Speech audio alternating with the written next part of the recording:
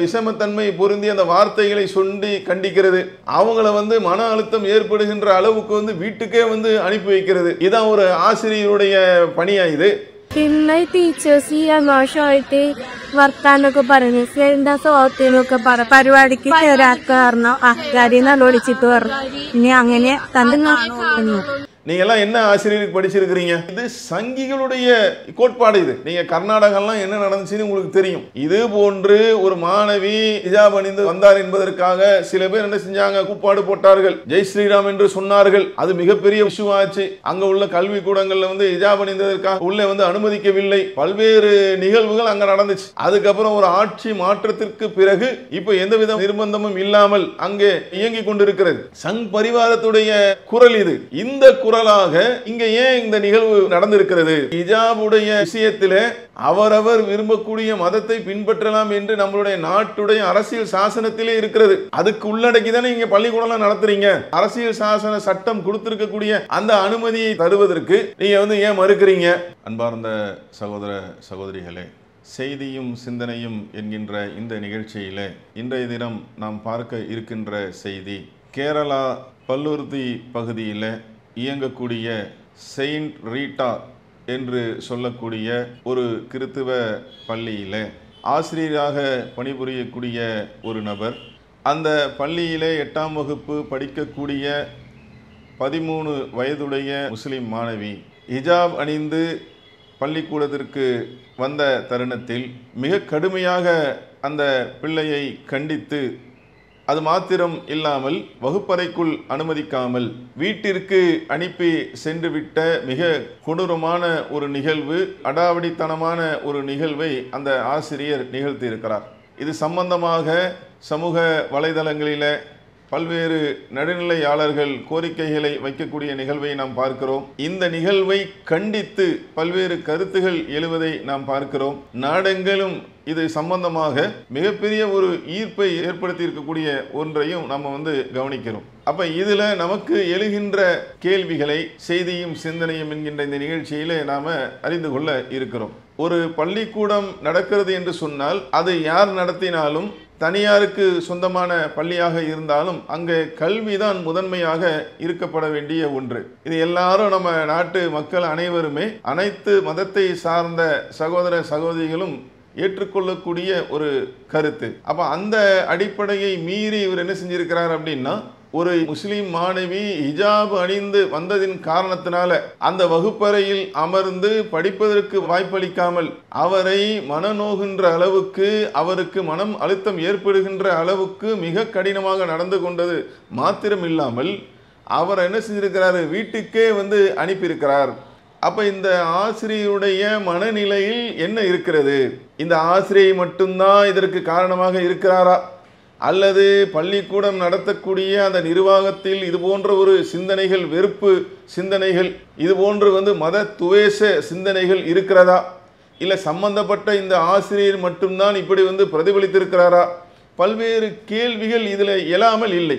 அப்போ இதில் ஒரு நாட்டுடைய அரசியல் சாசனத்துக்கு உட்பட்டு, இப்போ கேரளா மாநிலம் என்பது தமிழகத்திற்கு அடுத்த மாதிரி நீங்கள் பார்த்தீங்கன்னா மதச்சார்பின்மைக்கு பெயர் பெற்ற ஒரு மாநிலமாக இருக்கிறது. அந்த மாநிலத்தில் இப்படி ஒரு நிகழ்வு நடந்திருக்கிறது என்பது மிகப்பெரிய ஒரு வருத்தத்தை நமக்கு அளிக்கிறது. அப்போ அங்கே உள்ள அரசாங்கத்துடைய அந்த வழிகாட்டுதலின் அடிப்படையில் தானே இந்த பள்ளி நடக்கும். தனியாருக்கு சொந்தமான பள்ளியாக இருந்தாலும் அங்கே உள்ள அந்த அரசாங்கத்தின் அடிப்படையில் அவங்க முறையாக அனுமதி பெற்று தானே ஒரு பள்ளிக்கூடம் நடத்த முடியும். அப்போ இதை மிக தீவிரமாக, ஏன்னா அரசாங்கம் சம்பந்தமாக அந்த கல்வித்துறையை சார்ந்த இயக்குநரகம் என்ன செஞ்சிருக்கிறாங்க, விசாரணை நடத்தி அரசாங்கத்தின் கவனத்திற்கு அந்த விசாரணையின் அறிக்கையை தாக்கல் செய்திருக்கிறார்கள். இது கூடுதலாக கவனிக்கப்பட வேண்டிய ஒன்று.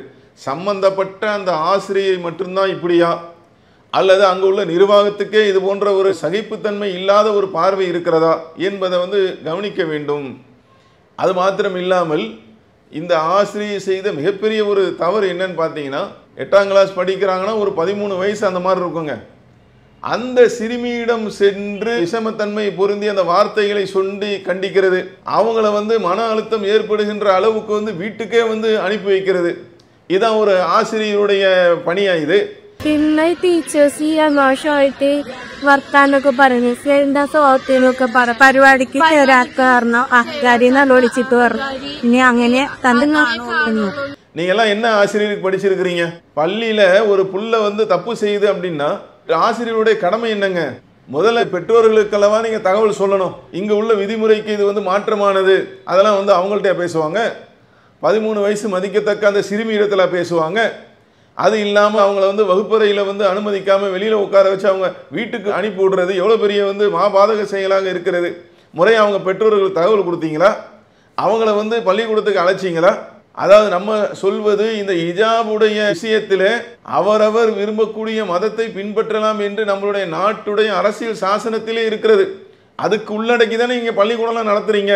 நாட்டுடைய அரசியல் சாசன சட்டத்துக்கு உட்பட்டு தானங்க ஒரு மாநிலத்தில் ஒரு பகுதியில் நீங்கள் பள்ளிக்கூடம் நடத்துறீங்க. அப்போ அரசியல் சாசன சட்டம் கொடுத்துருக்கக்கூடிய அந்த அனுமதியை தருவதற்கு நீங்கள் வந்து ஏன் மறுக்கிறீங்க?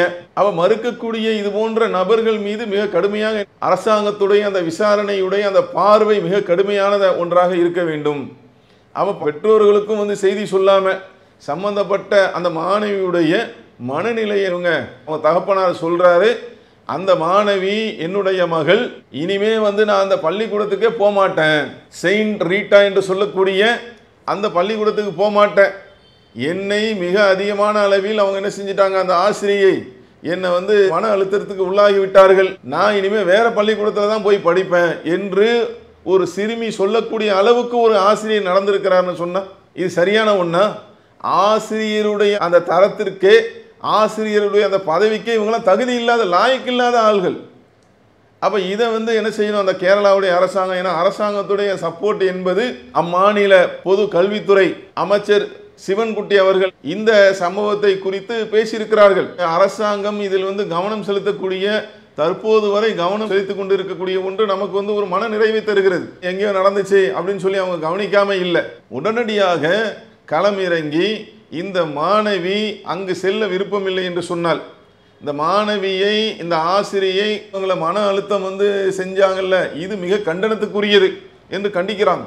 அதோடு மாத்திரம் இல்லாமல் அந்த மாணவியுடைய மன உளைச்சல் இருக்குல்ல, மன அழுத்தத்திற்கு அதை தாண்டி ஏதேனும் ஒன்று அந்த மாணவிக்கு நிகழ்ந்தால் இந்த கல்வி நிர்வாகம்தான் பொறுப்பு என்பதையும் அவர் என்ன செய்கிறாரு, அந்த கல்வித்துறை அமைச்சர் சிவன்குட்டி அவர்கள் சொல்லிவிட்டு இந்த மாணவிக்கும் வந்து நிவாரணமாக என்ன சொல்றாரு அப்படின்னா, இவங்க விரும்பக்கூடிய அந்த பள்ளியில் வந்து இவங்க படிக்கலாம், சிறப்பு சட்டத்தின் மூலமாக உடனடியாக மற்ற பள்ளிகளில் சேர்வதற்கான ஒரு வாய்ப்பை வந்து ஏற்படுத்தி தரலாம் என்று கல்வித்துறை அமைச்சர் சிவன்குட்டி அவர்கள் வந்து சொல்லுகிறார்கள்.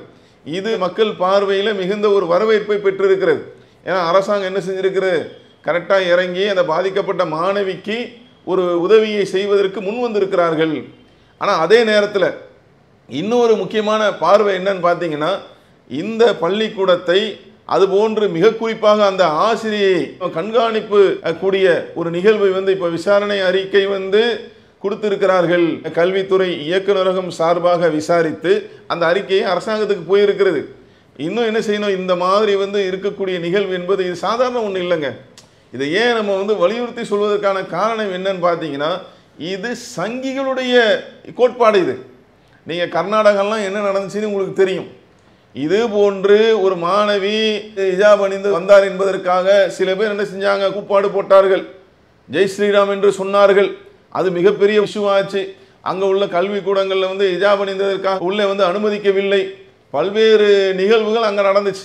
அதுக்கப்புறம் ஒரு ஆட்சி மாற்றத்திற்கு பிறகு இப்போ எந்தவித நிர்பந்தமும் இல்லாமல் அங்கே இயங்கி கொண்டிருக்கிறது. இது சங்கிகளின் கோட்பாடு, சங் பரிவாரத்துடைய குரல். இது இந்த குரலாக இங்கே ஏன் இந்த நிகழ்வு நடந்திருக்கிறது அப்படி ஒரு கேள்வி வந்து எழுகிறது. அது மாத்திரம் இல்லாமல் இவங்க சம்பந்தப்பட்ட ஆசிரியர் என்பவர் ஒரு கிறித்துவ தேவாலயம் மூலமாக நடக்கக்கூடிய பள்ளி, கிறித்துவ பள்ளி பேர்லயே நமக்கு தெரியுது. அதுல கூட கன்னி ஆசிரியர்கள் என்ன செய்வாங்க, தங்களுடைய ஆடையை அவங்களும் ஹிஜாப் மாதிரி தான் அணிவாங்க. அப்போ அது போன்று அணியக்கூடிய அந்த கோட்பாடை ஏற்றிருக்கிற அந்த கிறித்துவ தேவாலயத்தை சார்ந்து நடக்கக்கூடிய பள்ளியில இருக்கக்கூடிய ஒரு ஆசிரியர் வந்து ஏன் ஹிஜாபுக்கு எதிராக பேசுறார், இப்படி ஒரு கேள்வி பொதுமக்களிடம் எல்லாமல் இல்லை. அப்ப இதற்கெல்லாம் விடை தெரியும் விதமாக இப்போ வந்து விசாரணை அறிக்கையை தாக்கல் செய்து அந்த பாதிக்கப்பட்ட மாணவிக்கு நிவாரணம் அளிக்கும் விதமாக அவங்க எங்க விரும்புறாங்க அங்க படிக்கலாம்னு சொல்லி அரசாங்கம் சொல்லி இருக்கிறது. இது வரவேற்கத்தக்க ஒன்று. இதை தாண்டி ஏன் இப்படி சொன்னாங்க, என்ன நடந்தது என்பதை இன்னும் கவனித்து கண்காணித்து இது போன்று இனி எந்த மாணவிகளும் பாதிக்கப்படாத அளவுக்கு மன உளைச்சலுக்கு ஆட்படுத்தப்படாமல் இருப்பதற்கு கல்வி நிறுவனங்களிலே ஹிஜாப் அணிந்து கொண்டு செல்வதற்கு தடை இல்லை என்று சொல்லும் அளவிற்கு இது குறித்து எந்த ஆசிரியையும் மாணவிகளையும் கண்டித்து பேசாத அளவிற்கு இவங்களுக்கு உரிய நபர்களை வைத்து இது போன்று நடந்த ஆசிரியர் தக்க பாடத்தை அந்த மாநில அரசாங்கம் புகட்ட வேண்டும். இந்த நிகழ்வில் இன்னொரு செய்தி என்னன்னு பார்த்தீங்கன்னா, அந்த பாதிக்கப்பட்ட சிறுமியுடைய தாயார் சொல்கிறாங்க, இந்த பள்ளியிலேருந்து நாங்கள் நிப்பாட்டிட்டோம். ஏன்னா அந்த பிள்ளைய இந்த அளவுக்கு மன உளைச்சல் ஏற்படுத்தியிருக்கிறாங்க. செயின்ட் ரீட்டா என்று சொல்லக்கூடிய அந்த பள்ளியிலேருந்து நாங்கள் நிப்பாட்டிட்டோம். சிறுமி அங்கே போய் படிக்க மாட்டேன்னு சொல்லிட்டாங்க. இப்போ நாங்கள் லேடிஸ் கான்வென்ட் என்ற பள்ளியில் என் பிள்ளைய சேர்த்திருக்கிறோம். அங்கே இருக்கக்கூடிய அங்கே உள்ள கன்னி ஆசிரியராக இருக்கக்கூடிய ஆசிரியராக இருக்கக்கூடிய அவங்க ஃபோனில் தொடர்பு கொண்டு எங்கள்கிட்ட பேசுகிறாங்க, உங்கள் பிள்ளை இங்கே பாதுகாப்பாக படிக்கலாம். இந்த பள்ளி என்பது அனைத்து மத நம்பிக்கையின் அந்த அடிப்படையில் அனைத்து மக்களுடைய அந்த உணர்வுகளை உள்ளடக்கி அந்த அடிப்படையில் இங்கே இந்த மாதிரி எந்த விதமான வேறுபாடுகளும் இங்கே காட்டப்படாது. உங்கள் பிள்ளைகளுக்கு ரொம்ப பாதுகாப்பான ஒன்றாக இது இருக்கும் என்று இப்படிப்பட்ட ஆசிரியரும் இருக்க தான் செய்கிறாங்க. அந்த இடத்துலையே பக்கத்தில் கொஞ்சம் தள்ளி போனால் இன்னொரு பள்ளிக்கூடத்தில் அதே கிறிஸ்துவ மதத்தை சேர்ந்த அந்த சகோதரி அவங்களும் ஆசிரியராக இருக்கிறாங்க, கன்னி ஆசிரியராக இருக்கிறாங்க. அவங்க என்ன செய்கிறாங்க, அந்த பெற்றோர்களுக்கு ஃபோன் பண்ணி அவங்க சேர்த்த அந்த அடிப்படையில் உங்கள் மகள் இங்கே சுதந்திரமாக என்ன செய்யலாம், கல்வியை அவங்க கற்கலாம், இங்கே எந்த விதமான இடையூறும் இருக்காது, சுதந்திரமாக அவர் படிக்கலாம் என்கின்ற அடிப்படையில் நம்பிக்கையை தந்திருக்கிறார்கள். அப்போ இது போன்ற ஆசிரியர்களும் அங்கே இருக்கிறார்கள்.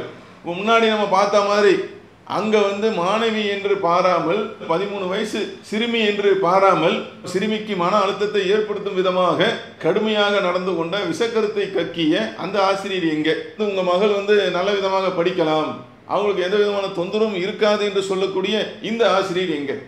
அப்போ ஆசிரியர்கள் என்பவர் அவங்களுடைய கடமை என்ன செய்யணும், சரியான முறையில் அவங்களுடைய கடமையை புரிந்து ஆற்றக்கூடியவர்களாக இருக்க வேண்டும் என்பதை தான் நடுநிலையாளர்கள், இது சம்பந்தமாக குரல் கொடுக்கக்கூடிய நபர்கள் அனைவரும் இதை விரும்புகிறார்கள் என்பது கேரளாவுடைய மாநில அரசாங்கம் இதை கவனத்தில் கொண்டு இதுபோல் இன்னொரு நிகழ்வு நடக்காமல் இருப்பதற்கு ஏற்ற நடவடிக்கையை எடுக்க வேண்டும் என்று சொல்லி இந்த நிகழ்ச்சியை நிறைவு செய்கிறோம். அஸ்ஸலாமு அலைக்கும் வரஹ்மத்துல்லாஹி வபரகாத்துஹு. அல்லாஹு அக்பர், அல்லாஹு அக்பர்.